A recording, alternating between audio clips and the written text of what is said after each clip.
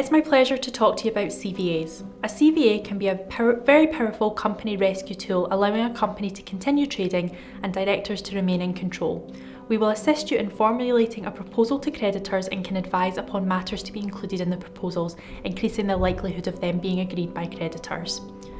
A CVA allows a company to repay its historic debt, but crucially it doesn't need to be all of it, over a period of time, and at the end of the CVA, any balance outstanding to creditors is written off.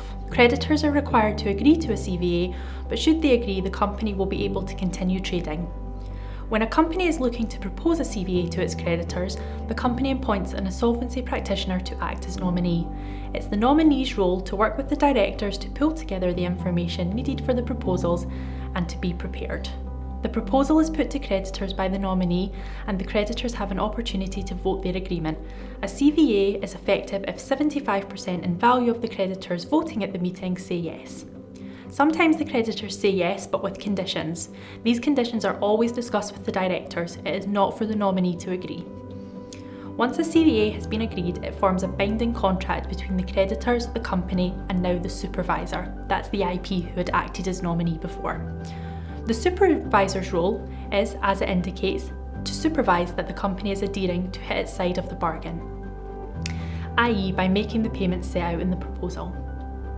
The supervisor is also there to make payments to the creditors and ensure that they adhere to their side of the bargain and not call up the directors for historic funds. It's important to note that all ongoing trading liabilities need to be met on time to ensure that the CVA is successful, so getting a cash flow right here is key. Part of the CVA process can involve applying to court for a moratorium. A moratorium creates a legal bubble around your company, giving you and us the breathing space that we need in order to pull together a robust proposal which will increase the likelihood of the proposal being accepted. In order to gain a CVA moratorium, your company must satisfy all of the eligibility requirements. The CVA is proposed by a director. The company satisfies 2 or more of the small company requirements, i.e. for the last 12 months your company turnover was below 10.2 million, your balance sheet net assets are below 5.1 million, and you have less than 51 employees. Your company is not subject to formal insolvency proceedings already or in provisional liquidation. If your company has already been in a moratorium in the previous 12 months, a CVA was successfully fully implemented. The CVA proposal is feasible. It is worth noting that if a CVA is approved, any licence held by the company to sell alcohol, provide regulated entertainment, or provide late night refreshments lapses. As such, alternative arrangements may need to be considered. The directors retain their powers of management. Once the decision has been made to propose a CVA, the directors have certain statutory obligations. These obligations include the preparation of a statement of affairs, which must be verified by a statement of truth by some or all of the directors. The statement is laid before a meeting of creditors and is lodged at Companies House. The directors should also provide a report on the company's history and trading, including reasons for the deficiencies shown on the statement of affairs. We will provide the directors with the necessary statutory forms for the statement of affairs. So what's the process? It's our role at Middlebrooks to guide you through the process of seeking the approval of a CVA with your company creditors, so here are the steps. Firstly, we confirm that you are able to propose a CVA to your company creditors.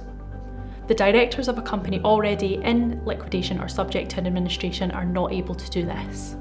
We need to assess your company's circumstances to understand if a CVA will be appropriate. We assess whether your company needs a moratorium or not.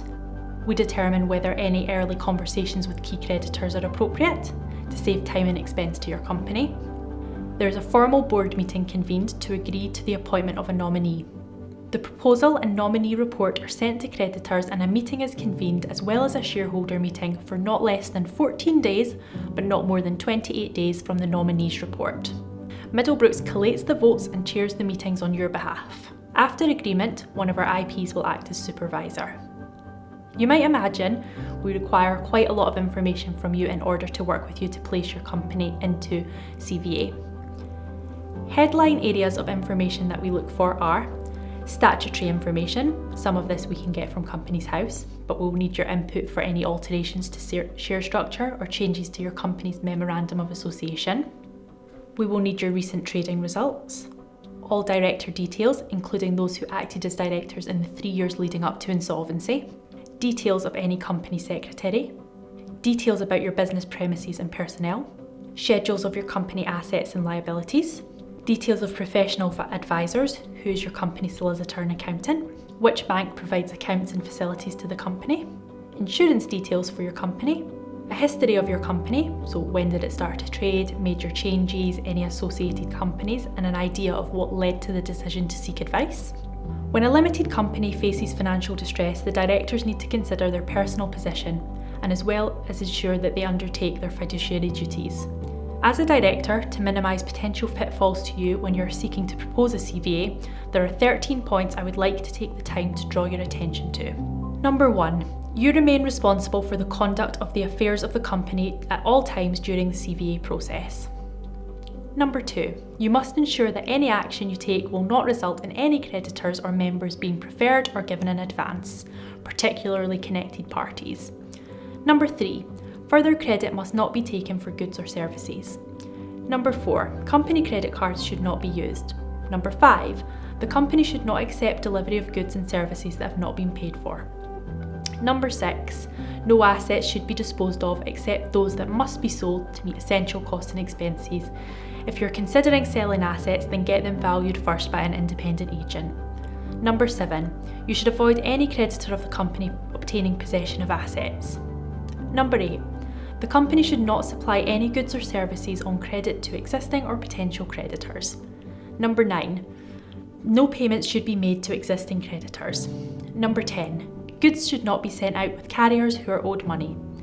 Number 11. Cash or cheques received by the company should be ring-fenced. Number 12. Any overdrawn bank account should not be used. Number 13. Keep all of the assets insured. Provided that you are mindful of these 13 points and you have signed no personal guarantees, it's highly unlikely that there will be any personal effect on you if the company proposes a CVA. What I have aimed to undertake here is to give you a snapshot of why a company might choose to propose a CVA, and at a high level show how the process works and also some of the pitfalls to avoid as a director. Each CVA is completely its own entity and has its own path to follow, so for a more in-depth look at how Middlebrooks can help, please get in touch.